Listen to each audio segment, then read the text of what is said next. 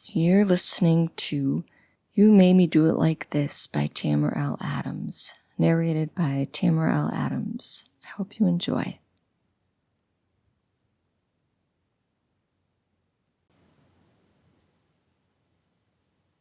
Chapter 1. I was hoping you could help me out. I just need a little to tide me over till I get paid next week. What's a little? Like 1,000? That's more than a little, rubbing his face. Dad, it's really not.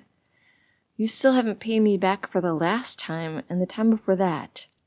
I'm gonna pay back when I get a better paying job. I'm just in a rut right now. You said that a year ago with the last job.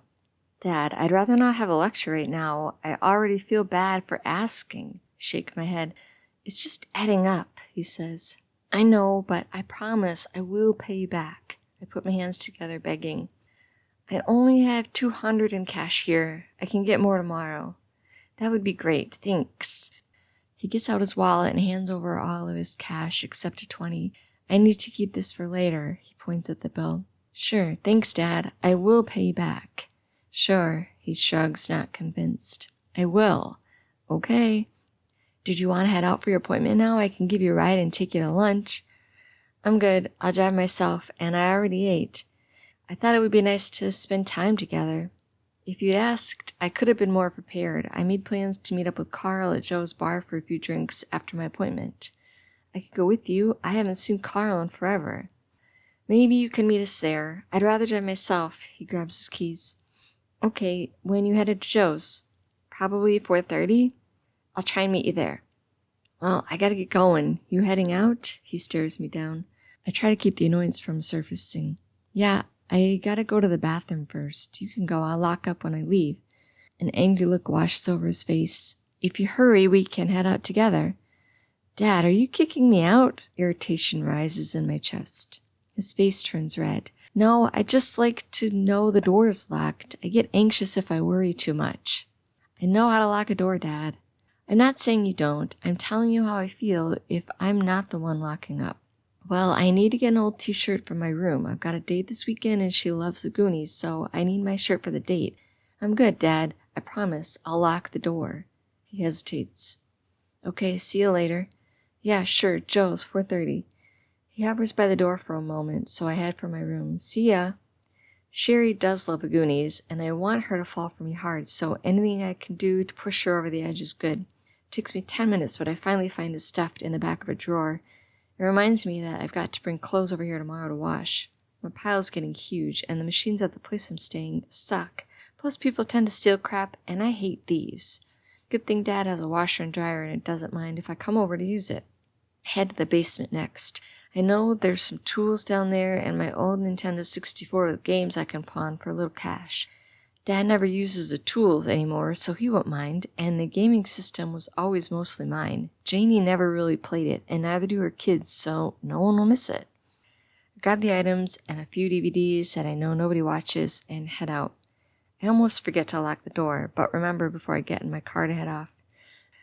The pawn shop is all the way across town, but Dad doesn't visit this one, so it's my best option. Not that he cares that I'm doing this, but you never know if he'll get all sentimental. He's a bit of a pack rat and won't get rid of anything. That's why I do this sometimes, to help him out and clear out the place. He collects too much and needs help getting rid of the things he doesn't need. Same with Janie sometimes. She's as bad of a collector as Dad, especially with all those kids' toys, so I do what I can sometimes to clear out the clutter. Barry, looking good, my man. I try to butter up the owner. You lose a little weight? And no, for sure he has not. Yeah, a few pounds. How about you? I'm good, just helping my dad clean out his basement. He wanted me to declutter a bit to see what I can get for these. That's real nice of you to help out your dad. That's what kids do, right? Not my kids. Mine just come home looking for money, food, and a place to crash sometimes. Nah, that's just an excuse to see you, I lie. He raises an eyebrow. I'm not so sure. Your kids love you, just like I love my dad, and they want to see you, I promise. But I'm sure they also appreciate you helping them out when you can. Yeah, they do, he nods. So what you got? I lay out the tools, game system, DVD, and DVD player. Some of this is older, not sure how easy I can get rid of it. But the system is a classic. You could get big bucks online for that. I don't know, it's so much work. But your gal Barb is good at it. I saw them going for 100 or more on eBay earlier. I guess I can give you 50 for that and another 25 for the rest, so 75 total. I'd hope for more, but Barry's a fair guy and usually buys anything I bring in, so I don't push it. Deal. Let me write this up and get you the cash. Thanks, Barry. My dad will appreciate it. He doesn't know my dad, which is good, but I bring enough stuff from my old house that we talk about Dad enough. I think he feels good being able to help out a retired old war vet. My dad went to Vietnam so long ago and has a few old medals and stuff. He once had me pawn a few old army clothes, and that's how Barry and I got to talking about my dad. Well, Dad let me clean out a closet one time so I could store my stuff, and the clothes were in there. So I had to make room and decided to just sell the stuff since Dad had no room to store it anywhere else. Dad never wore them anymore anyway, so I was helping him out. Barry has me sign the agreement, then counts out the cash. You tell your dad I say thanks, and you need to bring him around sometime so I can meet this old man of yours. For sure, one day I will. Good. See you around. See ya. I get in my car and think about heading to Joe's to meet my dad and Carl because I know they'll both be buying and I can get a few rounds off them, but Dad probably doesn't want me around and I need my fix. It's been days and the alcohol won't cut it anymore. I need the real stuff and only my dealer Jackson can get it. He's usually near the fast stop gas station on Park Street, so I head there first, but after a few times around the block and not spotting him, I go to KFC. That's his other spot. When I get there, I see no signs of anyone, and I slam my hand on the steering wheel in frustration, then spot him walking around. Thank God. I pull up beside him. Hey, Jackson, got anything for me? He grins. Been a few days. I thought you gave it up for good or left town. No, not me, man. Just busy's all. He nods his head. Sure, yeah, I got your favorite meth baggies. You got money? I got $250. That'll get you a couple baggies. Enough for now. I've got more coming tomorrow, so you'll see me again. I hand over the cash and he slips me the bag. Pleasure doing business with you. See you again soon. I take off for home. It crosses my mind that I'm desperate enough to pull over on the side of the road and do it here, but last time I woke up crashed into a pole. Thank goodness it was a short one, and I wasn't going very fast, so not much damage was done. Luckily no cops saw, or I'd have for sure gotten to jail, and I don't need that again.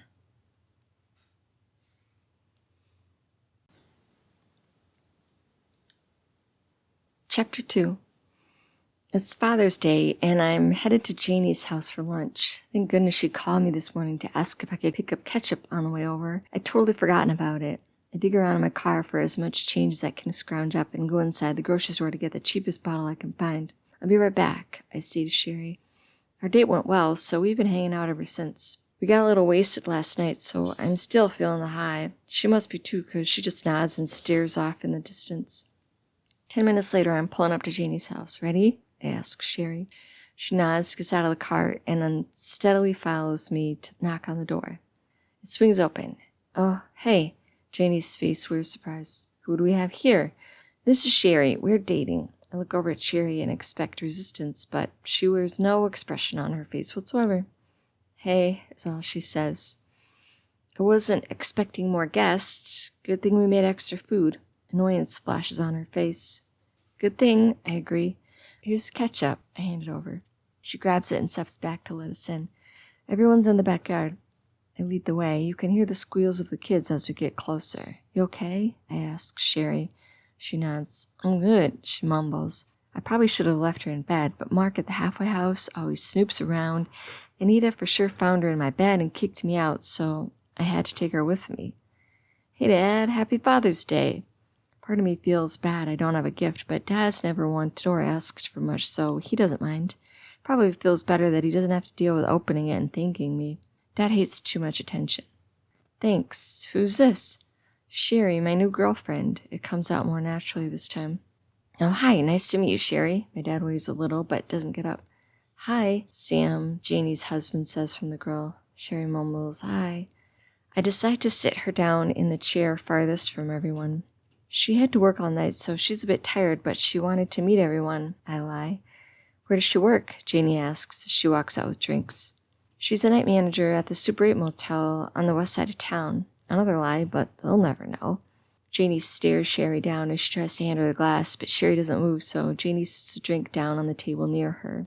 She's shy, too, I add, but Sherry is the least shy woman I've ever met, when she's not recovering from an all-night bender, that is. I take the other glass from Janie and take a drink. Thanks. And almost ask if she has anything harder, but resist. Of course, I should have known there would be no alcohol here. Janie and her husband don't drink, and my dad only drinks when he hangs out with friends at Joe's. How do you two meet? Janie has always asked too many questions about everything. Through friends. I'm not about to tell her the truth that I met Sherry at the strip club, and that is actually where she works. Nice, Dad says. Penny, Janie's youngest, runs up to me. Uncle Cameron, can you push me on the swing? I do this once, and now she asks me every time I come over.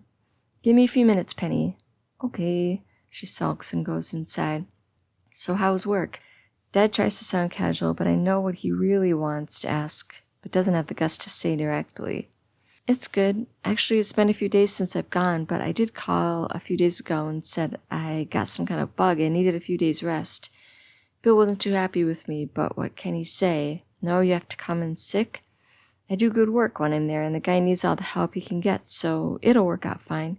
Sometimes I just need a few mental health days is all. How's Bill? My dad knows him from a neighbor and got me the job. I should have known it would cause problems, letting my dad help me out again to find a job. He always tries to interfere and boss me around. I wish he'd just leave it alone like Mom used to. He's fine. How's Carl? I try to change the subject. He's good. He thought he'd see you at the bar the other day when you said you'd meet us there, but then he didn't show. Dad breathes a heavy sigh. He told me to tell you hi and that he hopes to see you soon. Well, that backfired. Should have left Carl out of it. I never told Dad I'd meet them for sure, so I don't know why he's all up in arms about it. I'll see him soon, I say, trying to ignore Dad's look. Will you push me now? Penny says as she runs out of the house. Sure thing, kiddo. At least this will get them off my back. I get up and stumble a little, but catch myself before anyone notices. Sherry looks half asleep, so I nudge her chair as I walk by, hoping to shake her out of her funk. Be careful, Janie says. We will, Penny yells back. Will you push me high? Penny asks. Sure thing. She gets on the swing, and I give her a few pushes. Harder, she yells. Are you sure? Yes, she squeals. Okay. I push her harder on her back. She giggles, so I push again. You're getting a bit high, Janie yells from the deck. We're fine, I yell back and give her another push. I get a little lightheaded when she's on her way back to me, and I lose my footing and fall forward a bit. Without thinking, I put up my hands, and they collide with Penny's back. She goes flying off the swing, face first into the ground, and I fall to my knees and crumple to the ground in pain. Wails escape Penny's mouth, and I know instantly I made a mistake and try to get up, but can't seem to steady myself. What the hell? Janie screams as she runs to Penny. She's bleeding! Sam, get a rag and an ice pack! She wraps Penny in her arms, tears falling from her face and blood running from her mouth. Can I see? Janie asks, but doesn't wait for an answer and pulls up Penny's lip. Her teeth are fine, but she must have bit her lip real bad. She may need stitches. Sam rushes beside her. Let's get the bleeding stopped and then take a better look. He's always been the more relaxed, level-headed one of the two of them. It's fine, right? I blurt out. No, it's not fine, Janie yells. I told you to be careful, but you can't even do that. You're probably hungover or still high, and I should have never let you push her on the swing. I should have known I couldn't trust you to even do one thing right. It was an accident. I try to keep my calm, but my voice comes out louder than I planned. You never take responsibility for your actions, Cameron. You always say it's an accident, or you don't mean it, or every other excuse. I'm so sick of it.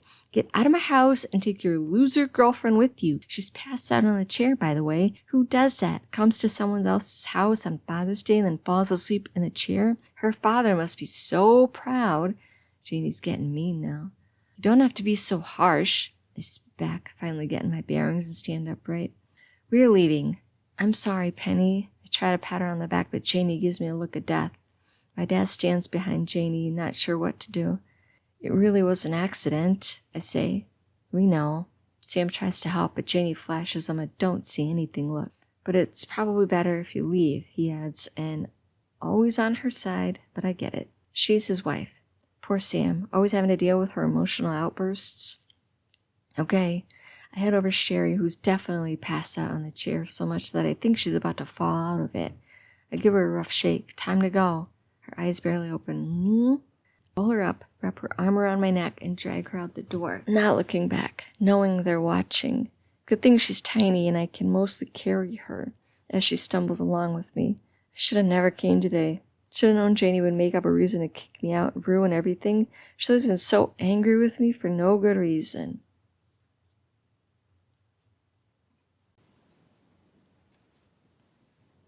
Chapter 3. I need more money, so I had to work on Monday. Sherry and I blew through all my cash this weekend, but it was worth it. That girl is amazing. Plus the fact that she is crazy and bad also helps. Bill and his son are almost done with the house we started last Tuesday. I get out of my car and head over. Looking great. Jack, the son, steers me down. No thanks to you. I'm sorry about last week. I had the worst stomach bug of my life. I finally started feeling better yesterday. Was it as bad as the cold you had 3 weeks ago, or the ulcer before that? Or hey, what about that bad case of the runs before that? Was it worse than those? Jack's never liked me. Yes, it was worse. I have a bad immune system and catch every illness that comes my way. I said I'm sorry. I'm here now so we can finish this place up and move on to the next. Jack looks at his dad, who nods. We'll finish this on our own. But it'll go faster with all 3 of us. Not always the case, Jack says in a flat, matter-of-fact tone. Last week, I had to go over and repaint almost all of your work from Tuesday. You missed spots, paint ran into spots it shouldn't, and it was all splotchy. That can't be true. I am great at painting. It's one of the few things I'm good at. Yeah, when you're not high or hung over, Jack retorts. I don't do that anymore. Jesus, man, stop lying. We can tell when you come to work high. It's so obvious. You don't fool anyone. We only put up with it because we need the help. But it's gotten bad recently and you're hurting us more than helping, so we gotta let you go. I ignore Jack. Bill, come on. You know I'm a good worker. I just had a bad week is all. It's not just last week, and you know it, Jack busts in. I've had to fix more than a few of your messes on our jobs, and lately you call in sick more than you work. We're behind, and your shoddy work and not being around is costing us. We have to let you go. You need to give me more time. You can't just fire me. We can, and we are. Jack looks way too happy to tell me this. But you need me. You booked too many jobs for just the 2 of you. We don't need you, Jack pushes back. I promise I won't call in sick anymore. I'll just work through my illnesses. Please, I need this job. I hate begging, but I really do need money. We gave you so many chances, Cameron. So many, and you blew it. You have only worked with us for 3 months and have missed 20 days of that. That's a third of the time. Who does that? How can you miss a third of your job and expect to keep it? It can't be near that many days, even though I know he's right. No, I did the math. It's that many. We can't rely on you, so we replaced you. Jack grins. He's loving every minute of this. He's hating me since day 1, and now he's getting to force me out. You can't do that. Don't you legally have to give me notice? I'm grasping at straws, but I don't know what else to do. Bill, please, I'll be better. I plead with Bill, but he won't look at me. Legally, we can fire you on the spot. We can even force you to go get drug tested. Do you want that? Jack threatens. Just then a Ford Escort drives up and the guy driving waves. That's Jose. He works twice as fast as you and comes with stellar recommendations. Plus, he's never done drugs in his life, so we don't have to worry about him being a hot mess like we do you. Now Jack's just rubbing it in. You can't do this. Please, I beg. Bill, please.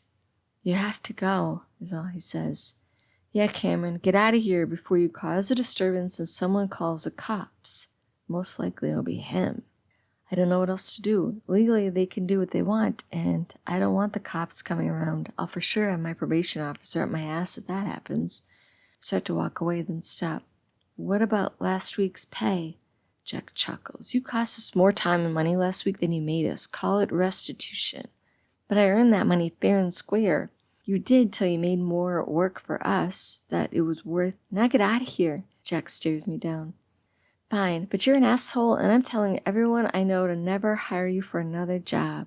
That gives me a laugh. Oh no, you're going to tell all your drugged-out friends that also have no money and no houses to not hire us to paint them? Whatever will we do? He shakes his head.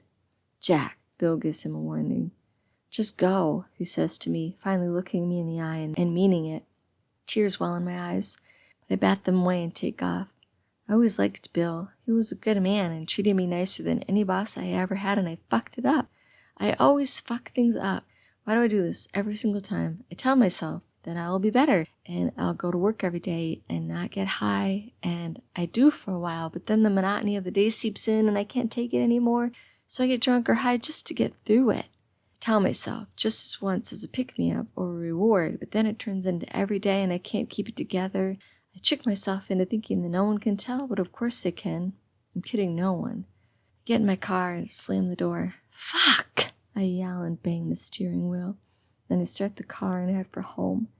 At least I have a stash in my hollowed-out Bible waiting for me. I need it more now than ever. When I get there, Mark is waiting for me at the front desk. We need to talk. For fuck's sake, what now? Okay. I was going through your things. What the hell? You can't just do that. That's illegal. I'm pissed now. You know I can, and I do. Mark sighs heavily. You signed the paperwork when they released you from prison, and in there it states that your things can be searched at any time without your permission or you even being present. This is such bullshit, I see. Well, I found this in your Bible. He holds up the bag of heroin. You know you can't have drugs in here and aren't even supposed to be doing drugs at all. It's against your probation. That's not mine, I lie. Someone must have put it in my room so they didn't get caught. So someone put this book that has an inscription for Cameron in your room? He raises an eyebrow at me. Yeah, that's what I'm saying. They're good, I guess, putting all that in the book to throw you off. Mark gives another sigh. Cameron, I don't believe you, and neither will the cops. We have a zero-tolerance policy here, so I can either call the cops and have them sort this out, or you can go, pack your stuff, and leave. You will need to report to your parole officer by the end of the week, and he can figure out what to do with you. What do you mean, what to do with me? Well, it's up to him and the judicial system to decide if they will let you live somewhere else, find you another halfway house, or send you back to jail.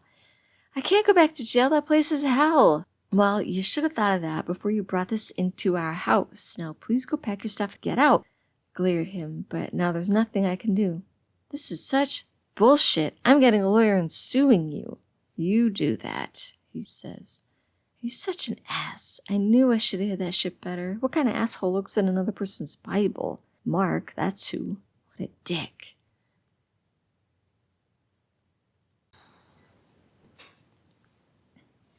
Chapter 4. I get my shit and get in my car and take off. Most of me wants to go back inside and force Mark to give me back the bag he stole, but I know he won't, so it's not worth even trying. The dude is the biggest rule follower I've ever met. Yesterday's high is gone now, and I have zero cash to pay for more drugs. The thought of going back to my dad's crosses my mind, because I never went back for the extra cash 3 days ago, but he knows I should be at work right now and will ask way too many questions. I have zero energy to deal with that crap right now. It's annoying that the guy retired early last year. I used to be able to go to his house in the middle of the day anytime I wanted because he was gone at work, but as soon as he turned 60, the company gave him too good of a severance package and pension deal for him to say no. After 40 years of welding, the man's back was shot and the fumes had taken its toll on his lungs, so he said all right and retired 5 years early. The financial advisor for his union told him it really was a good deal, especially for the first 2 years. Then at 62, when the severance stopped, he could start to pull out Social Security and cover the rest. I kept telling my dad he should stay and earn that huge paycheck for the next 5 years, then retire, because Social Security would be even better after that time, but the deal was too tempting. Who wouldn't want to retire early? A crazy person. So now he's always goddamn home. Fuck my life. Still, I drive by the house anyway, just to make sure, but of course his car's in the driveway, so I head to Heartbreakers. That's where Sherry works. She usually dances a day shift, so maybe I can hang out there till she's off. This club is the only one that opens up at 10 in the morning. The rest don't open till early afternoon. The drinks are cheaper, so I'll try to convince her to bum a few for me. Mitch is at the bar when I enter. He nods. I'm not quite a regular, but I've been here often enough. Sherry's waiting tables, but there's only a couple guys in the whole place. The dancers take turns waiting and dancing. Sherry says she likes it because it keeps her busy and she earns great tips as a waitress. Sometimes better than dancing. I thought you had to work. She comes up to my table. My boss gave me the day off since we got our job done quick last week. I'm not in the mood to tell her the truth just yet. Oh, okay. I'm not sure she believes me, but I don't let that bother me. Can I get a gin and tonic? Sure.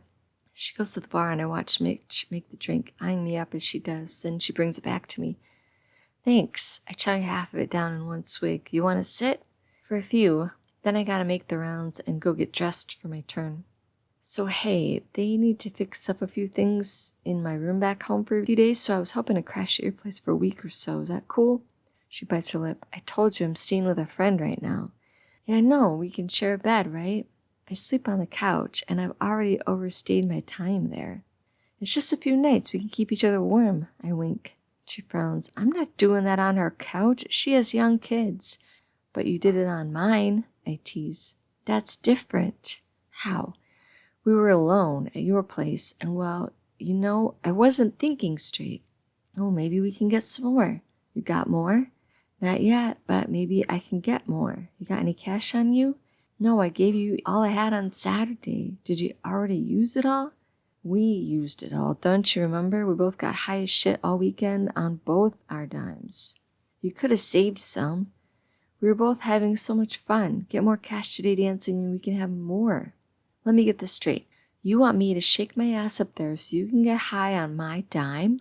No, babe. I'm saying today we get some with your cash and tomorrow I can get more with mine. I'll get my money tonight later. Wait, so you don't even have any money on you now to pay for this drink? I hesitate. Well, I thought you were my girl and could cover me or put me on your tab.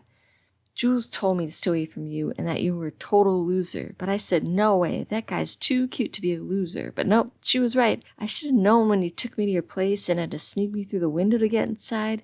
What the fuck kind of place is that anyways? Fuck this and fuck you. Get out of here. She gets up. Sherry, come on. You know I was in a little trouble a few years back and have to stay there for just a little bit longer for my probation. How about I sit here and hang out and we talk about all this later? Probation? What the hell are you talking about? You never told me that. I did tell you Friday night, after we had a few hits in my car and we got handsy with each other. I think you're lying, and we're telling me shit. No way I'd be caught dead with a loser like you who spent time in jail and can't even take a girl through the front door. Drugs make me do dumb shit, but this is really a low point for me. She puts her hands on her hips. Get out and don't come back. Now I'm mad. First you call me a loser, and then you say being with me was a low point in your life? Well, fuck you, Sherry. What's low is taking your clothes off for men and just to earn a little money. That's low. What kind of lack of self-respect do you have in order to do that, huh? She slaps me. Fuck you. I said get out. You bitch, I yell back, but spot Mitch rushing towards us from the bar with a bat in his hand. She told you to get the fuck out. If you don't, I'll use this thing and have Sherry call the cops. So what's it gonna be? He swings the bat around behind his head. Put my hands in the air. I'm going. Good choice, and I never want to see you in here again. You disrespect my girl, you disrespect me, and you're out. She disrespected herself. I can't stop my harsh words from coming out. You're an asshole, Sherry says. I shrug and leave. She's not wrong, but most of me wants to be a good guy. A guy who wants to meet a good girl and have a good life, but that's not me. That'll never be me. No matter what I do, I will always be a hot mess. Outside, I realize that I have zero cash and nowhere to go. I barely have enough money to get my car more than a dozen miles before it'll run out of gas. What am I going to do? No part of me wants to go to my dad's, but I have nowhere else to go. Well, almost nowhere to go. There is one other place I can maybe get a few things to pawn from and know that no one will be home at this time of day, but I don't want to have to go there. For the next half hour, I rack my brain for any other solutions, and it's either this place or my dad, and he's worse, so I start the car and take off.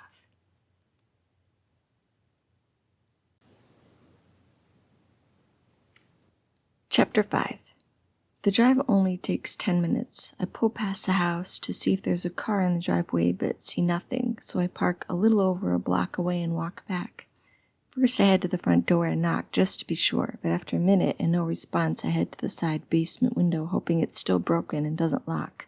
I push it and it doesn't move. Shit. Of course, this is just my luck today. To make sure, I try again, and this time it opens enough for me to get my fingers under. Yes. I'm not sure why Janie hasn't had Sam fix the thing. I'm pretty sure I told her once that it was broken. Maybe not. I'm not sure, actually, but you'd think they'd know. Oh well, I'm not going to complain. It takes a bit of muscle, but I get the window open enough to climb in. There's a shelf right under the window. It's like they're asking someone to break in and give them stairs to do it. Dummies. First I check the basement, but all I come up with are a few bottles of whiskey from the bar. At least it'll get the buzz started. I chug a beer while I'm there and take 2 more before I head upstairs. In the living room, I decide to grab Janie's old iPad from the desk drawer. I never see her on the thing, and she's had it for years, so it's time for her to get a new one anyway. I almost take Tommy's game system, but no, that's going too far, and head to Janie's room. There I hit the jackpot. On her dresser is a box full of jewelry. I take some diamond-looking studs, a tennis bracelet she got from Sam forever ago, and Mom's old emerald necklace. I never see Janie wear those, so she won't miss them. Janie doesn't even wear anything other than her wedding ring most of the time, so this stuff is going to waste just sitting in this box the whole time. Now it can go to someone who will enjoy it more. I consider going through the drawers, but have enough for now, so I leave back out the window and shut it and get in my car. This time I head to Pawn Palace, which is also the closest one to here. It's a more high-end pawn shop, and I want to get top dollar for these things. Plus, Janie never goes into pawn shops, so I don't have to worry about her finding them here. There's a ginormous man behind the counter. By giant, I mean tall with huge muscles. I almost walk back out not wanting to deal with him, but I know even if he gives me a lowball price, it'll be better than any of the other places I go, so I head towards him. "What can I do for you?" He stares me down. I've got a few things I want to pawn." "Let me see." I put the iPad down first, then jewelry on top. He takes the earrings first and takes a hard look at them with that eye thing they all use to tell if it's real diamond or not. I'm hoping it's real. Otherwise, it's not worth anything at all. He does the same thing with the bracelet and the emerald, setting each aside as he goes. He takes the iPad and wakes it up against a locked screen. "What's the password?" I haven't used it in a while. Let me try a few codes. One will work." I take it from him and type in Janie's birthday. Nope. Sam's birthday. Nope. Shit. I try to remember the kids' birthdays and try a few different codes, but damn it, of course none of them work. Fuck. Why didn't I consider that she might have a code to unlock it? It's so dumb of me. "You don't know your own code?" He glares at me. "Unless it's not yours. Did you steal this? Is this stuff stolen? I don't buy stolen shit," he growls. "No, I didn't, I swear. These things are my mother's. She died a few years ago, and it pains me to see them, so I've decided to pawn them so someone else can enjoy them. They just bring me sadness. And this, like I said, I haven't used it for a while, but I'll figure it out. Give me a minute." I rack my brain for dates, and it dawns on me. Of course, their wedding date. But wait, when was that? How the hell am I supposed to remember their damn wedding date? Fuck! Okay, it was May, and it was the year before Tommy was born. He's 10 now. I just need the day. I tried 2, and they're also wrong. The iPad tells me I have 2 tries left before it's locked. Fuck me. "Any day now," the giant says with a sigh. I'm never getting this. I'm about to tell him to just forget the iPad when I get the sense to try to something else. I type in the 6 numbers, and the iPad lights up to the home screen. Of course, she used my mom's birthday. We all miss her so much, especially Janie. The 2 of them were super close, and she was depressed for weeks after my mom passed. Got it. Just let me do the factory reset. "You're lucky I'm not busy," the guy responds with his growl. I ignore him and go to settings in general and reset the iPad and finally erase all content. It does this thing and then boots back up again. There you go. He eyes me up for a minute and takes it. This is a little older, but in okay shape. The jewelry is real, but gems are small. He rubs his chin. "I can give you $500 for all of it." He gives me a hard stare, daring me to come back with a higher number or to refuse his. I'm not about to piss this guy off, so I pretend to think about it for a minute. Okay, I guess it's fair. He squints at me, probably wondering why I'm not trying to get more money out of him, but shrugs and grabs his paperwork. He writes the items down and slides the papers over to me.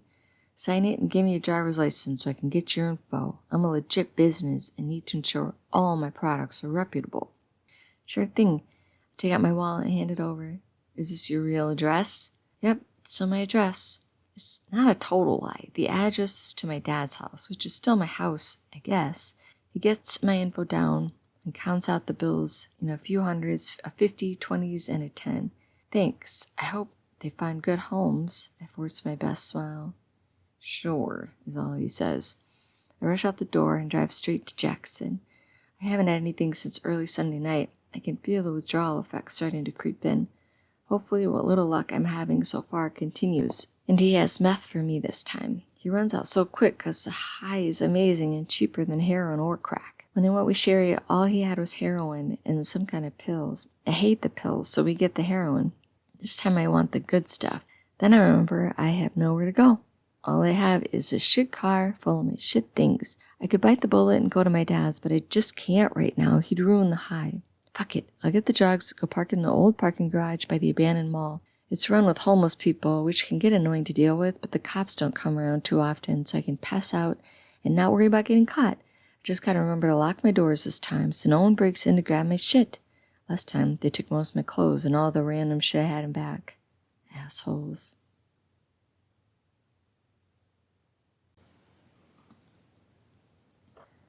Chapter 6. My phone buzzes me awake. Where are you? It's one of a dozen messages from my dad, and I have not answered. Why won't he just leave me alone? It didn't take him long to learn I'd lost a job. He worked so hard to get me. People like to gossip way too much about me. He called me the next day and left a message, asked why I got let go and if I had another job lined up. Then he called the next day, sounding more worried than mad, telling me to call him back. I haven't yet. Part of me knows that if I call him, I'm either going to lie or manipulate my way through the situation, and I have zero energy to explain why I got kicked out of the halfway house, too. It's been 3 days. I've been getting high and sleeping in my car this whole time, not ready to deal with life or reality, just wanting to forget everything. Drugs help me do that, so it's easy to take them and let all the pain and suffering slip from my memory for a minute or two. My phone buzzes again. No part of me wants to answer it, but if he gets too worried, he might call the cops to say I'm missing or who knows what. Hey, Dad, I'm fine. It's been busy looking for a new job. And a new place to live? Of course he knows about me getting kicked out. How does he always know? Yes, I've been staying with Sherry and getting things sorted out. Sherry, the woman who passed out at your sister's on Sunday? She doesn't seem like a good influence. She was just shy and way too tired that day, Dad. I should have never brought her and instead let her sleep, but I was excited for you all to meet her. Why'd you get kicked out? He asks. Never lets things go. It was purely a misunderstanding. That's not what I was told. Who told you anything? I demand. Jesse came around looking for you. Says you need to see him before the end of the week. Said you got caught with drugs at the halfway house, and they kicked you out. That's not true. Mark had it out for me since day one. He planted them in my room in order to get me kicked out. That seems a bit crazy, Cameron. Well, you don't know the guy like I do. He's vindictive, and if he doesn't like you, he finds a way to get rid of you. I'm not the first guy he's framed to get kicked out of that place. It happened to Terrence a couple of weeks ago. Terrence didn't pay rent, but got himself kicked out. But Dad doesn't need to know the details. If that's the case, you need to tell Jesse. You also are going to have to pass a drug test. You haven't been taking anything, right? Of course not. That would be crazy, Dad. I'll pass. It'll be fine. But if you don't, they might send you back to jail.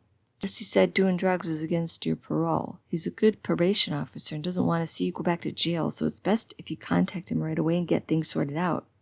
I will, Dad. I'll call him today. Okay, there's one other thing. He trails off. What is it? Janie's missing some things. My heart races. That sucks. I force the words out. The thing is, she says she saw you come to her house on Monday. You knocked, waited, then went around the house. About a half hour later, you came back through the front and left. Did you break into your sister's house? No way, Dad. That's crazy. I would never do that. What do you mean she saw me? I did go there, but knocked and no one answered, so I left. How did she see me? Sam installed a few cameras around the house a week or so ago. My heart sinks. Of course they did. Everyone has cameras now. Like I said, I did go, but just to say sorry about Sunday and make sure Penny's okay. Is she okay? Yeah, the bleeding stopped a few minutes after you left, and they saw the cut wasn't as bad as it seemed. She had a fat lip, though, and a few bruises. It was such a weird accident. I went to push her and lost my footing, so I just fell into her instead. I'm glad she's okay. Janie thinks you're using again. Are you? He pushes. No, Dad. I said I wasn't. Now let it go. Did you steal from Janie so you can buy drugs? He raises his voice louder than I've heard from him in a while. No, I have no idea what happened to Janie's stuff. Maybe she misplaced it. She wouldn't misplace these things. Janie says she never wears the things you took. All of them are tied to precious memories. Memories you stole from her along with the items you took. That's a bit dramatic.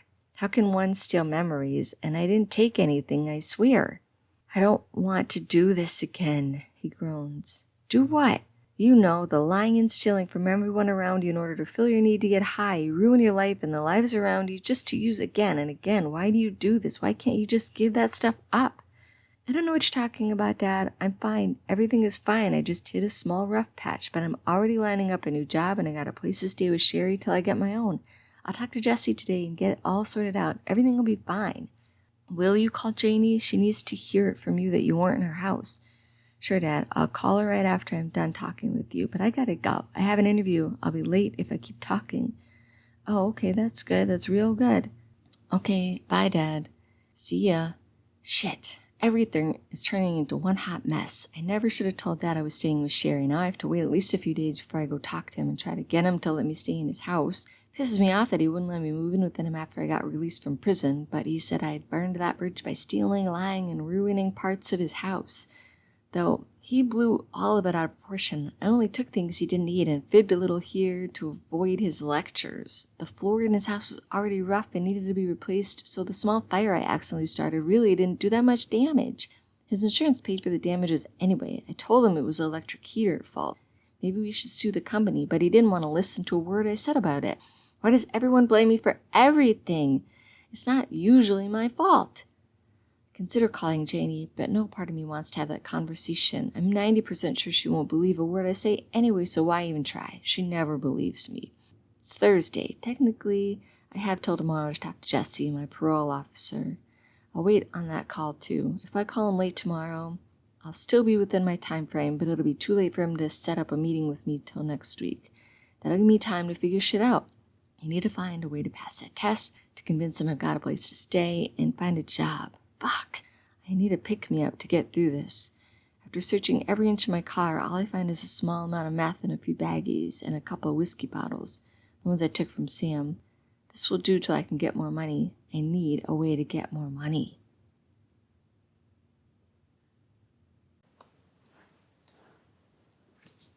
Chapter 7.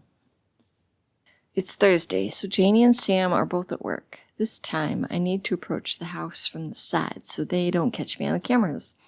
I let Janie's boys borrow my old Transformers and Hot Wheels cars years ago since I didn't need them, but now they're both too old to play with them. What 10-year-old plays with toys? I don't think I did. I never see them play with them anymore, so they won't even miss them. That runs through my head that I could just ask Sam to give them back to me, but that will take more time than I have. This high isn't lasting, and I'm not ready to face life just yet. This time I park a block away on approach. There's no chance I want even the slightest possibility of my car driving by showing up in their video. My hope is that the neighbor isn't home and doesn't see me passing through their front yard to get to the window on the side, without getting close to their front door or back door. Dad never said where the cameras were, but he didn't know how I got in, so they must not have one on the right side by the window. I try to be as casual as I can, but move quick past the neighbor's front, then get the window open. This time it moves easier. They really need to fix this window. One of these days, a crazy person's going to break in and steal something or hurt someone. It takes me an hour to find the toys. I figured they'd be in the basement or the attic, but nope. I found the Transformers in the back of Tommy's closet and Hot Wheels in a cupboard in the family room. There seem to be more toys here than I remember having, but it's been so long since I've seen them that I figure I'm remembering wrong. It's possible some of them aren't the ones I gave them, but there's no way to know. So I grab them all and figure they won't miss them either way. When you stash them in places that can't be found, it means you're not really using them much anyway. I almost make the mistake of leaving out the front door, but catch myself just in time and escape out the window again. This time I rush past the other house. One of the neighbors is sure to call the cops on me if they see me like this. There's only 3 pawn shops in town. The high-end one that I do not want to go back to anytime soon. Barry's, but something tells me I can't go back there so quick. Especially with toys. It just seems like something he'd think is odd, so I decide to head to the Cash King. Sounds corny, I know, but it's the sketchy part of town, and the guy never asks questions. He doesn't even fill out any paperwork, but he gives you way less than everything is worth, so you get the short end of the stick. Barry would give me better deals, but I've been there too many times the past few weeks, and I don't want him asking questions. When you get desperate, you do desperate things. I step on the gas and head out. 7 blocks later, a cop car pulls behind me and tails me for 2 blocks. My heart is pounding. I'm starting to sweat. I use every ounce of focus I have to drive straight and not speed. The dick still puts his lights on and pulls me over. Fuck. I need to be cool. Don't act high. I'm not really high, just a small buzz going on, but this moment makes my adrenaline pump, so I don't feel any kind of high anymore, just fear. Fear that he'll know, fear that I did something wrong. I hate cops, and they seem to hate me for no reason. Fucking neighbors call the cops on me, I bet. What jerks. He walks up to my car. Do you know why I pulled you over? No, officer, I don't. You see, your taillight is out on the right side, and you weren't wearing a seatbelt, sir. That's very dangerous. I'm going to need to see your license, insurance, and registration.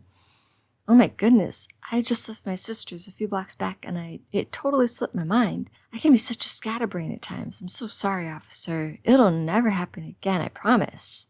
I pull out the paperwork from the glove box and my license from the wallet on the seat next to me. I had no idea that light was out. Good thing you saw, so I can get it fixed right away. I try my best to sweet talk my way out of a ticket. He just gives me a look. I'll be back. At least my license isn't expired yet. I have to get it renewed in 2 months, though. I make a mental note to remember. He's in the car for what seems like forever before he heads back to me. Sir, you no longer have insurance on this car. That is going to be another ticket, and you will have to show up in court next month to prove that you have taken out insurance. Do you understand the seriousness of this matter? What? That can't be. My insurance is good, I promise. Are you calling me a liar, son? Do you think I'm an idiot? No, sir. I'm sorry. It's just I'm on my dad's insurance and have been for a while now, so I don't understand why it says I don't have it. Well, the records show that it expired 2 weeks ago and is no longer in good standing, so you'll have to ask your father about that. He raises an eyebrow. I was going to let you off with a warning, but now I'm going to have to write you up for not wearing a seatbelt and no insurance. These are 2 serious violations that I cannot let go. Do you understand? I do. I'm sorry. I'll talk to my father. If there's been a mistake, will they drop the insurance ticket? He stares me down. In the very unlikelihood that you are able to convince the judge that you do in fact have insurance at this very moment, the judge will most likely drop that ticket, but he will stay firm on the no seatbelt ticket. You got that? I do, sir. Thank you. He hands me 2 tickets. It says at the bottom when you'll need to appear in traffic court. Do not dismiss it. If you do not show, there will be a warrant out for your arrest. Is that understood? Yes, sir. I understand. And do not think you are driving this car any further. You need to keep this thing parked here till you get insurance on it. Do not let me see you driving around town. Do not let someone else drive this around. You got that? Got it. I turn the car off. I will not move it, I lie. See you in court, he warns, meaning he will make sure to show that day so I can't sweet talk my way out of any tickets. See? Cops hate me. Can't decide if this is worse or better than if the cop pulled me over because a neighbor called the cops on me. This is probably better, but it's hard to believe. I have the worst kind of luck. Fuck my life. He pulls away and gives me a hard stare before he drives away. I give a wave and get out, trying my best to make him believe I'm not going to drive this anywhere. I wait 20 minutes. It's the longest 20 goddamn minutes of my life, and I take off. Pray to God that the cop doesn't spot me on the way. Not that I believe in God anymore. He's never done a damn good thing for me, so I'm not about to think he's almighty. All I need is to make it to the pawn shop and over to Jackson before I can go back and park near the homeless shelters in the abandoned lot again. It's the only place I can think of to go for now. Nothing else matters to me besides getting high. I need that high.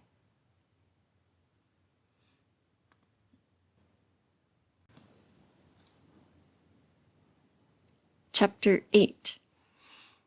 I got barely enough to cover one baggie of meth from the toys I pawned. That lasted 1 day. Now it's Friday night and Janie and Sam are home, so I can't go there. Dad should be going to bed in an hour, so I decide to drive there and wait it out. Sure enough, right around 10, the lights in the living room go out. Then I see the bathroom light go on and out before he heads to his bed, and eventually turns out that light too.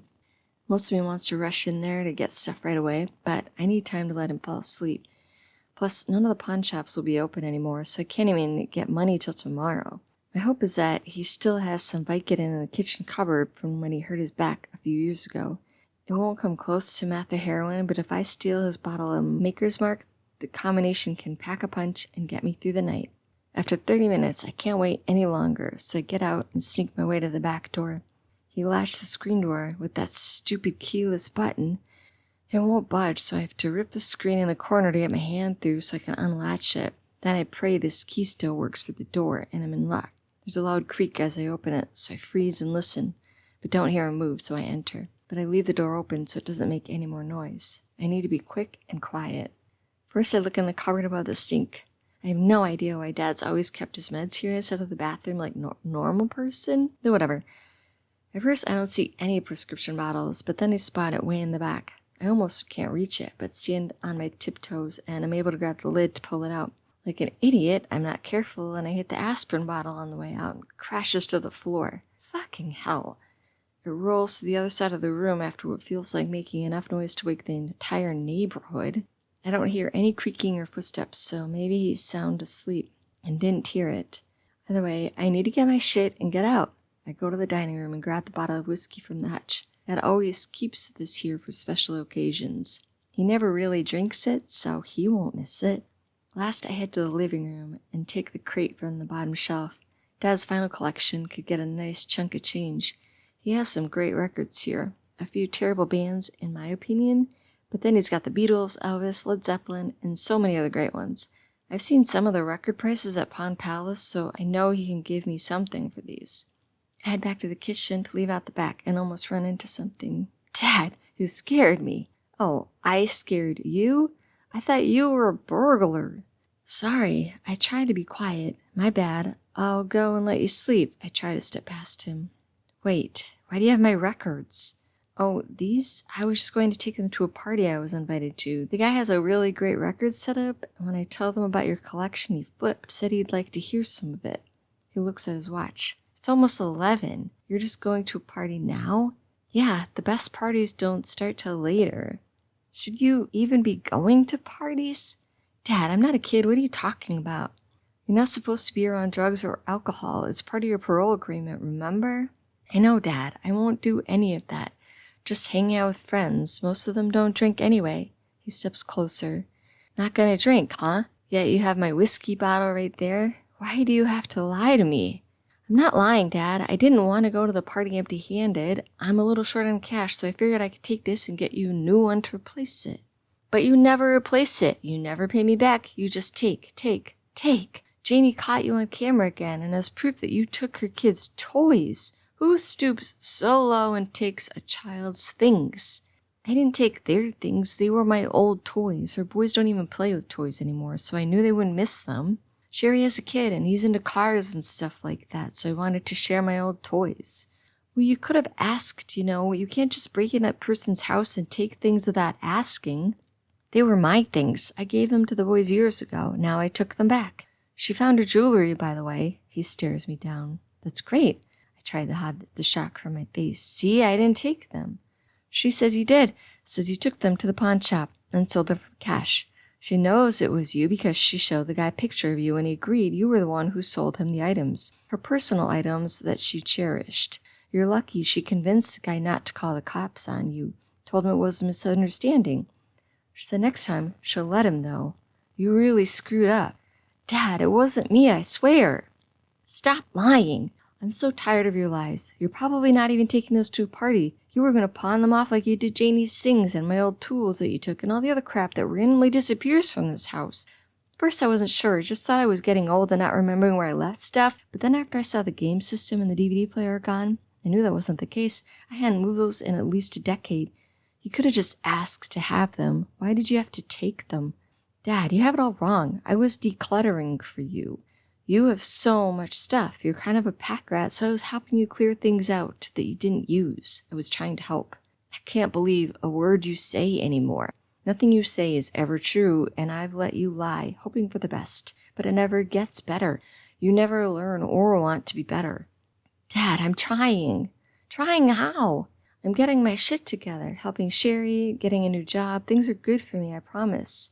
And why doesn't Jesse know that you have a new job? You never even called him like you were supposed to. He called here and told me that he didn't hear from you, so he was required to put a warrant out for your arrest. Is that getting your life together? I did call him. It must have been just after he called you. Things are good. I waited to call him till after I knew I had a job.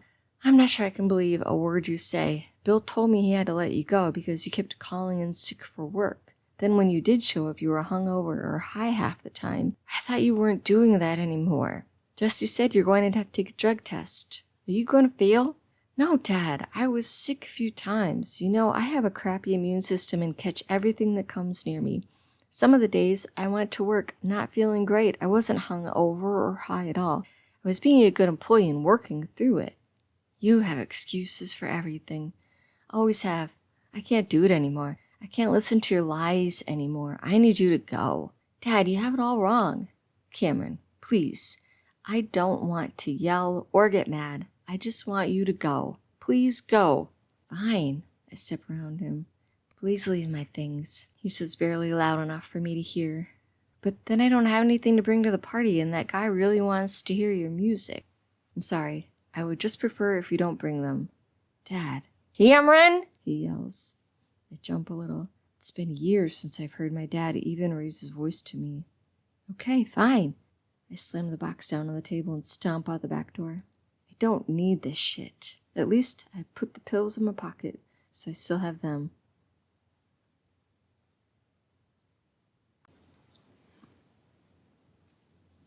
Chapter 9.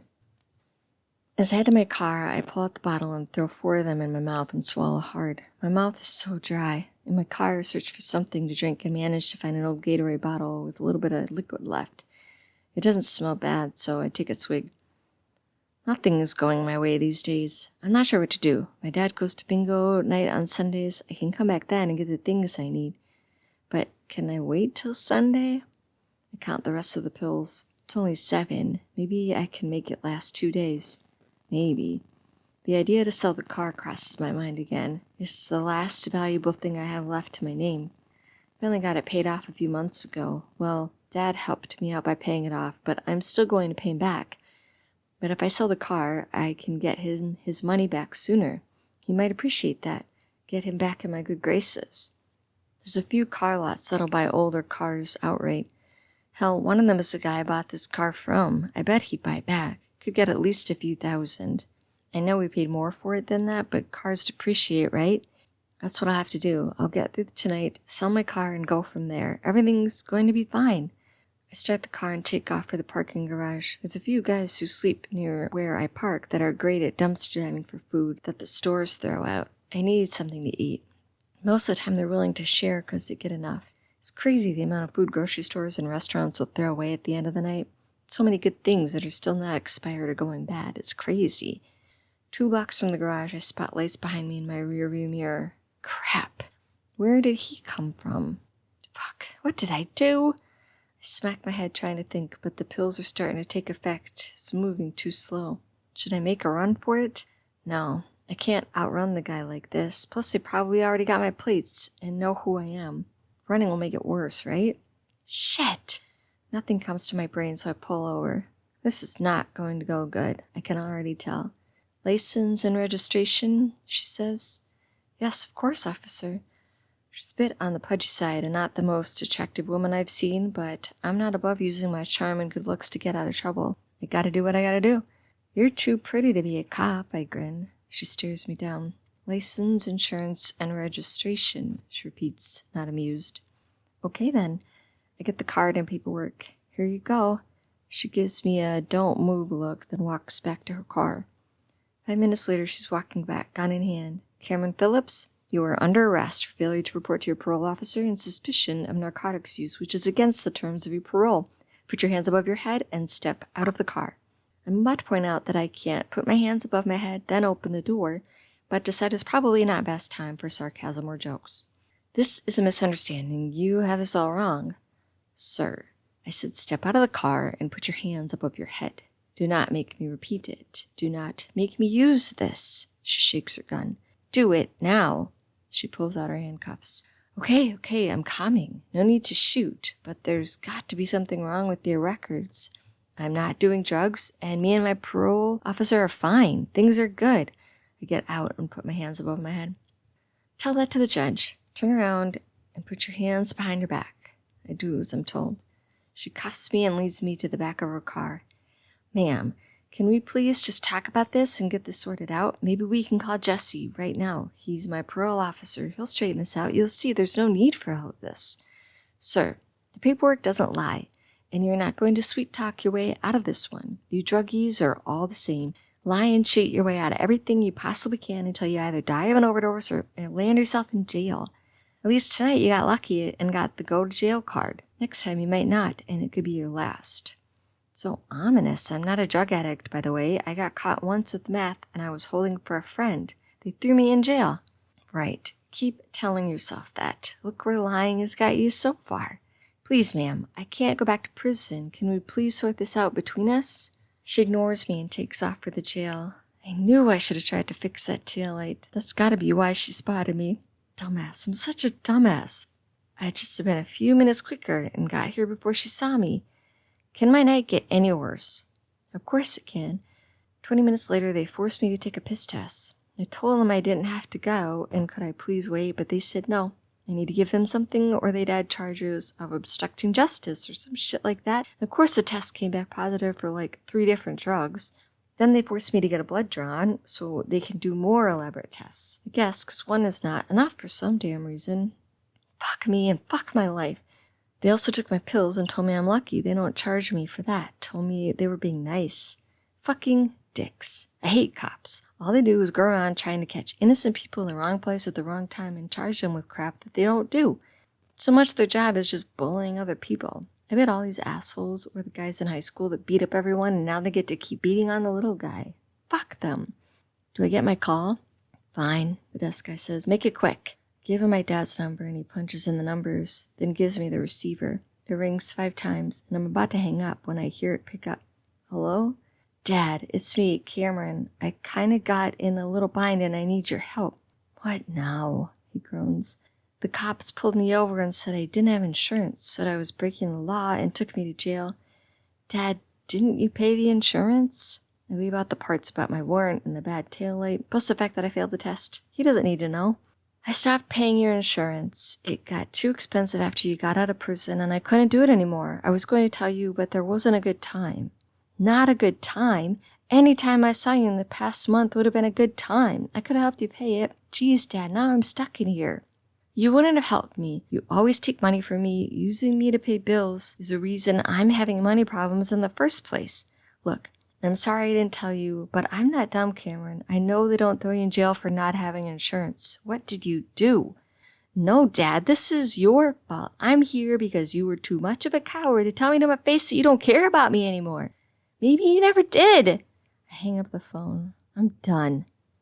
The cop at the desk gives me a hard look, but doesn't say anything, and the other guy hauls me off to my cell.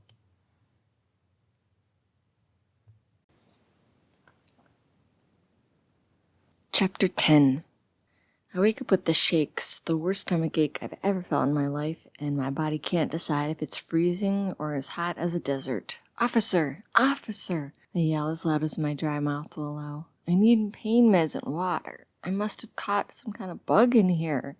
The guard slowly approaches my cell. You aren't sick from a virus, you're sick from not using. I'll get you water, but no meds. It is a virus, probably the flu. I need something. What you need is to stop taking that poison. You should be grateful you're stuck in here and can't get any more of that crap into your body. I'm not a drug addict. I'm sick. Sure, that's what they all say. He shrugs and walks away. What an asshole. Can I at least get the water? Fine. He comes back with a paper cup half full of water. Thanks. I chug it all down.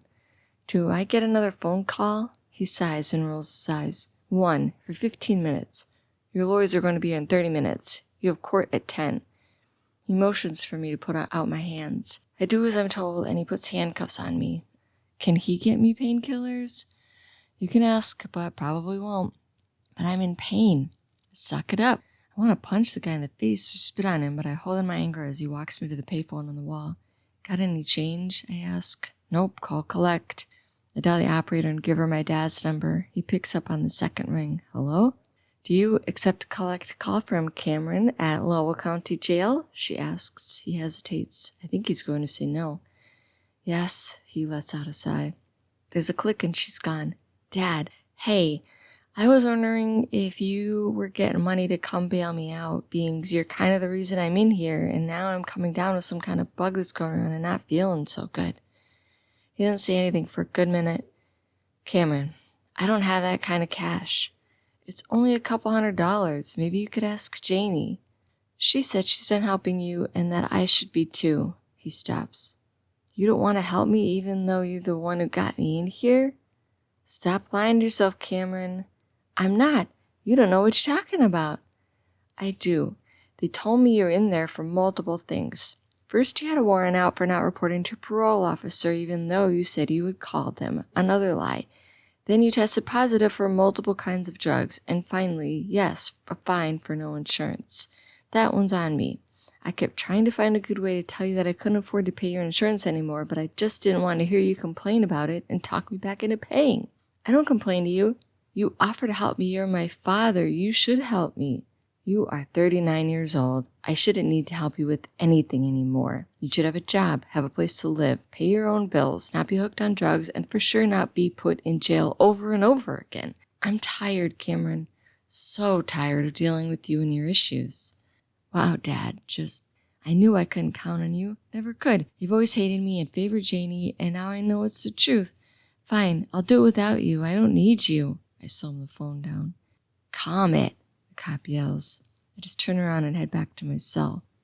Nope, this way. Your lawyer's here and wants to meet with you first. First for what? He's got other cases to represent. Can they do that? Haven't met that many cases at one time? They have to. There's too many of you and not enough of them. Now get moving.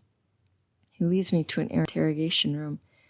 Inside is a younger man, probably not more than 25, sitting on the desk. The man looks up. Cameron Phillips? Yes? My name is Jeremy Rawlins. I'm going to be your lawyer for your arraignment today and for your hearings in the future. You don't seem old enough to be a lawyer. I take a seat. I get that a lot. He forces a smile. I'm 27 and I've been a defense lawyer for 2 years now. Any more questions? Yeah, you got any ibuprofen? No, sorry, he shrugs. Will I get out today? Most likely, but you'll have to pay bail of $250 or $500. Most likely, and of course, agree to other terms set by the judge. What if I don't have any money? You either pay up or you stay in jail till your next court hearing. That could be weeks. He nods. Yep. I rack my brain. What about my car? Can I put my car up for collateral? Do you own the car outright? I nod. Yes, but it's at the impound since they arrested me. Right, I see that. Well, if you can't get cash to pay the bail, I can call the bail bondsman after court and see if he's willing to pay bond for you and take your car as collateral. That would be great, thanks. It would be easier if someone could just come with cash to bail you out. I know, but no one's coming. He raises an eyebrow but says nothing. Okay, so looking at the arrest record, it looks like you need to just admit your faults, admit you failed to call your parole officer, admit to taking drugs, and admit to having no insurance. But I didn't know about that till I was pulled over. No judge is going to want to hear your excuses. It will only make them mad. You want to get a higher bail? Want more fines? No, I groan. Then admit you made mistakes and that you want to fix them and do better. Now the judge is going to put conditions on your bail. He's going to make you agree to see your parole officer at least once a week, maybe more. He's going to require a drug test, and he's for sure going to require that you attempt to become a functioning member of society. You know, secure a job, hopefully find a place to stay on record, and of course, you'll need to show for all your court hearings. Will you be able to do all of these? Sure, I agree. If you fail to meet these conditions, you will get thrown back in jail, you understand? I understand. Okay, do you have any other questions? No, just make sure to call that balanceman. Sure thing. He nods and motions to the guard. One more thing, will the bail bondsman take the car? No, but he will take the title, and since it is in the impound, you will need to pay the fine to get it out. Since you have no money, I'm not seeing how you're going to do that. He's right. I have zero cash. I have nothing. Can I get extra cash from the bail bondsman? No, he will only give you what you owe for bail. He looks like he's holding back an eye roll. Okay, thanks. I force the words. I don't want to thank this guy for doing nothing for me, but need someone to help me get out of this hellhole. It seems like he's all I have. Let's go. The guard grabs my arm and ushers me out of the room. Hopefully court doesn't take too long and Jeremy can get the bond money set up before too long. I need to get out of here. I need pain meds. Maybe they kept Dad's prescription with my stuff and I'll get it back when they let me out. Probably not. These guys are all assholes. I rush to my cell and vomit in the toilet. I feel like shit.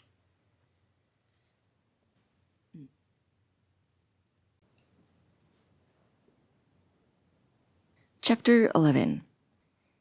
Here are your things, and you're free to go. The guard at the desk hands me my wallet and items. What about the pills I had? Where are those?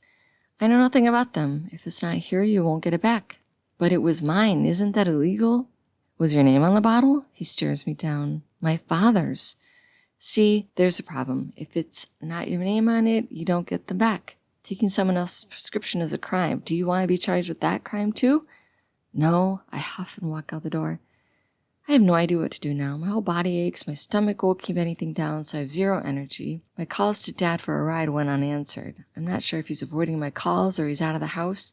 Jeannie hasn't answered any of the calls I've made her, and I couldn't remember Sam's cell number, otherwise I know he would have answered.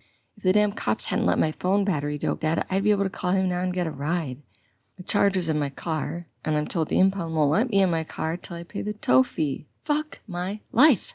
It's $25 to my father's house, and it takes me over an hour to get there. I need to stop and sit a few times because I feel like I'm about to faint or vomit again. When I get there, my dad's car is not in the driveway, so at least I know he wasn't avoiding my calls. At least the cops gave me back my key so I don't have to break into the house or wait outside for him to come back. Most of me wants to go in, grab clothes and stuff to sell and just get out before he gets back, but I'm so tired. I haven't really slept in days because the jail's beds are horrendous and I've been so sick from that flu or whatever I got. Instead, I chug down the last 2 beers in the fridge, take 3 Aleve plus 4 NyQuil, and fall into my old bed just wanting a few hours rest.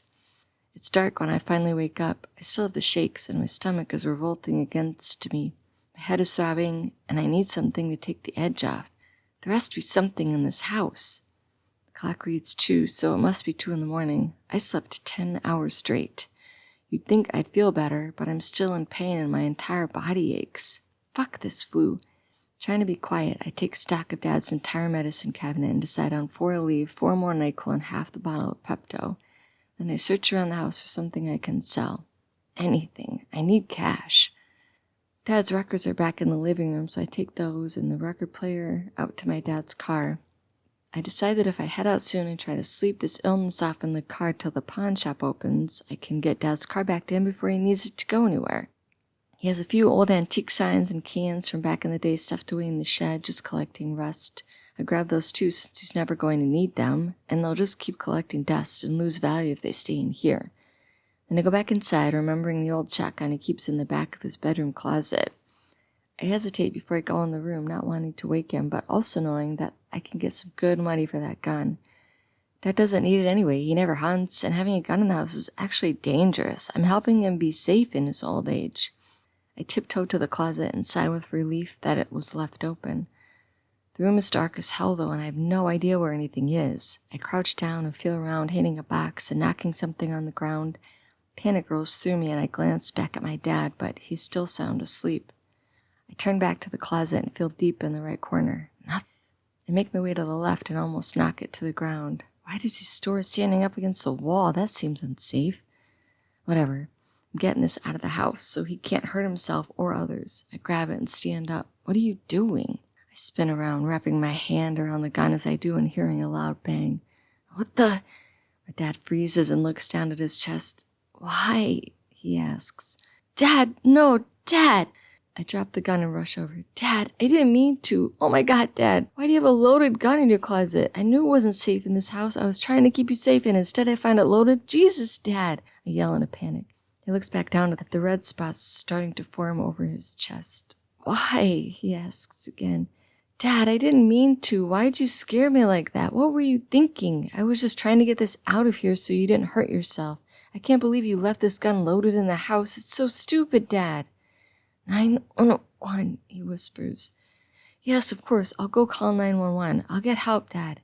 He falls back onto the bed. His breathing is shallow, and red spots are so much bigger now. Fuck, He's not going to make it. The ambulance will never get here in time. They'll find some way to pin this on me and make me pay for this even though it was a complete accident. Fucking cops hate me in this town, and now they have a serious crime to put me away for. Nobody will listen to me or believe me that this was not my fault. They'll just haul me off to jail and let me rot. I love you, Dad. I really do. I grab his wallet, keys, watch, and his wedding ring. Most of me wants to leave the gun, but I know I can't. It has my prints and DNA all over it. I grab this too and take off for his car. He's already not going to make it, so calling an ambulance won't help, and it'll just get the police here way sooner than I want them to be. I need time to get away and think about how to deal with this. Fucking hell, why was the gun loaded? Such a stupid thing to do. Leave a gun loaded? What were you thinking, Dad? Get in the car and take off for the parking garage. Maybe I can trade something in here for something to tide me over till tomorrow. I pawn stuff in the morning and take off, acting like I left earlier in the day before Dad was shot. Will they still try and pin this on me if I use a homeless group as an alibi? Get them all to agree I was there all night and never left? Fucking hell, I have to come up with something. Maybe I should just call the cops from a payphone anonymously. Maybe he'll still make it and everything will be okay. I decide to pull over to the only payphone I know and make the call. 911, what's your emergency? Yes, I heard a shotgun at 3928 West Pine Street. Please send help. I think someone's hurt. Then I hang up, not wanting them to ask me questions or send a cop out here to respond. I did what I had to do, and now I need to get out of here. I need to get my bearings and figure out what my story will be. Praying to God Dad pulls through and doesn't tell anyone it was me who shot him. Why do all these things keep happening to me? Why is my life such a mess? A knock on the car door wakes me up. I'm still a little groggy and achy. Who is it? I ask. I'm Officer Jensen. I need you to step out of the vehicle and put your hands up, he instructs. Panic surges through me. What day is it? How long have I been here? I look at my phone. Tuesday, 6 a.m. That can't be. Why are they here? How did they find me? What is this about? Is the car reported as stolen? I said, get out of the car and put your hands up, he says in a louder tone. Okay, I'm coming. I get out and immediately he spins me around and grabs my wrists. Cameron Phillips, you are under arrest for the murder of Peter Phillips. You have the right to remain silent and anything you say can... No way. I didn't kill my dad. My dad's not dead. You have this all wrong. Another cop pops his head out of the back seat and raises a gun. Sure you didn't. You keep telling yourself that, you lousy drug addict. The cop pushes me hard enough towards his car that I almost fall face first to the ground, but he catches me. Let's go, loser. He shoves me in the back and continues his stupid Miranda rights recital. You're making a mistake. I didn't do anything. He just ignores me and keeps telling me the rights. Fuck.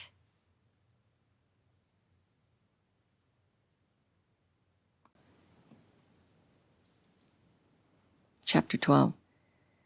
Phillips, the guard calls from my cell door. Your lawyer's here. I get up and let him handcuff me before he walks me to the room. Cameron, Jeremy greets me. Sit, we have a lot to discuss. I'm impatient. What happened with the will? He was at the reading of the will on my behalf. About that, he hesitates. Your dad didn't have much. He was living off his pension and Social Security, and as you know, surviving children are not entitled to that. He had life insurance and the house. Those have to be worth something, I say. He flashes me a look of pure hatred before he takes a deep breath. Yes, he had a small life insurance policy which he named your sister Janie as the beneficiary. But he holds up a hand to stop me. I don't have much time. Let me finish. He also left the house to Janie to do as she wishes, but as you know, he put that up for collateral last time you went to jail, and since you broke the stipulations of your parole, she will most likely have to sell the house to pay some of that debt. This is his will, and it's binding, so there's absolutely nothing you can do about these. Did he leave me anything? He left you the title to his car. That piece of junk? That thing is older than dirt and barely runs. What am I going to do with that piece of junk? Look, I don't know what to tell you. That's all your father had for valuable possessions, and the car is the only thing he left you. I have to be in court in 30 minutes, so I need to get going. I'll be back next Thursday to talk about your court date. You mean to tell me what you're going to do to get me out of here? I didn't kill my dad. I'm going to be honest. The evidence is pretty much stacked against you, and I'm not seeing any way out of this. They had you fleeing the scene of the crime as seen by the neighbor. Your sister's on record saying you were there because your father called her about it. You had his car, the weapon that killed him, and some of his belongings when they picked you up a few hours later. They even had gun residue on your hands. The gun isn't smoking as they say, but they have all the evidence they need. You're not getting out of this one, Cameron. But it was an accident, I yell. I swear. We can try to convince a jury, but it's not looking good. If I were you, I'd take a plea deal. You'll get less time than if you go to trial, and they find you guilty. And as of now, there's nothing in this file that points to a not guilty verdict. You're a shit lawyer, you know that? That may be so, but I'm the only lawyer you got. Now I'm leaving. He grabs his things and leaves. The guard comes in and takes me away. I need to make a phone call. Need to, huh? I think you might want to rephrase that, son. I roll my eyes. Good thing he's beside me and can't see it. Can I please go make a phone call? I would really appreciate it. That's better. Yes, you can have 5 minutes. That's it. Thank you. I don't want to be nice, but the nicer you are to the guards, the better off your life is in this shithole. I need to get out of here. Operator, what can I do for you? Collect call to 456-498-5968 from Cameron. One moment. I hear a click, then ringing. Hello?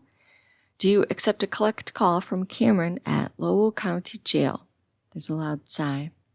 I guess. Another click. Janie, how are you? I'm good. That's it. Not how are you or how can I help? Nothing. My lawyer came to see me today about Dad's estate, said he left everything to you and only left me his car. Yes? Well, I was wondering if you were going to sell Dad's house. If you did, could I maybe get some of that for my defense? I could really use the help. I forced myself to be nice. Jesus, Cameron, is that all you ever think about? Money? Fucking hell, you stole from Dad for years, never paid him back, even stole from me, then got mad at Dad for not helping you and shot him, and you think I want to give you money to help you? Are you shitting me? It was an accident. I was trying to get rid of the gun so Dad didn't accidentally hurt himself or others. He scared me and it just went off. Why did he even have a loaded gun in the house anyway? It's not his fault you're such a total loser and you don't know how to handle a weapon. All this is on you. I told him to kick you out the minute he got home and realized you were there. Told him it wouldn't end well and that you were just going to use him like usual or steal from him. I never thought it would end like this. She bursts into tears. I hate you and I hope you rot in jail. You don't mean that. I told you it was an accident. I'm hurting too. This is a nightmare. But we need to stick together. We need each other. I don't need you. I never needed you. All you do is use people and then get mad if they can't give you what you want. You're the one that's always needed everybody else to pick up the slack or fix your problems. Well, I'm done doing it. And there's no one else left to pick up the pieces. You got into this mess and picked this shit life with all of your bad choices. Now you can clean it up or wallow in the mess. Mom and Dad are always there to bail you out, and look where it got them. I'm not going to do it. I'm out. I never want to see you or talk to you ever again. Never call me again. I'm disowning you and will no longer admit I have a brother. You can rot in hell. And all I hear is a click and nothing. Fuck that bitch. I bet she convinced Dad to give her everything. She's the one who had him write me out of the will. She's the one who's going to ruin my life.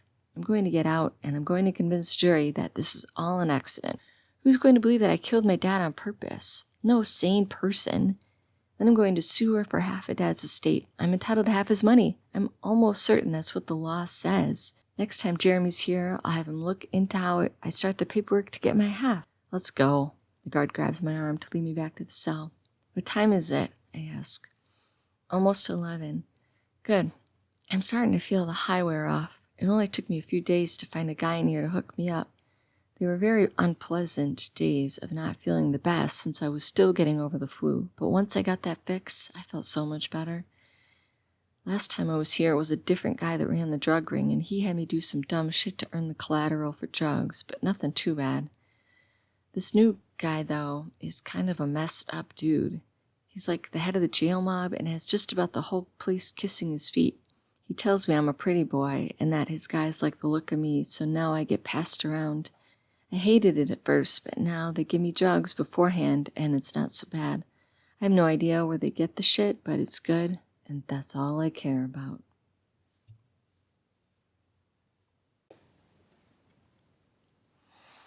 The end. Thank you for listening to You Made Me Do It Like This by Tamara L. Adams. I hope you enjoyed.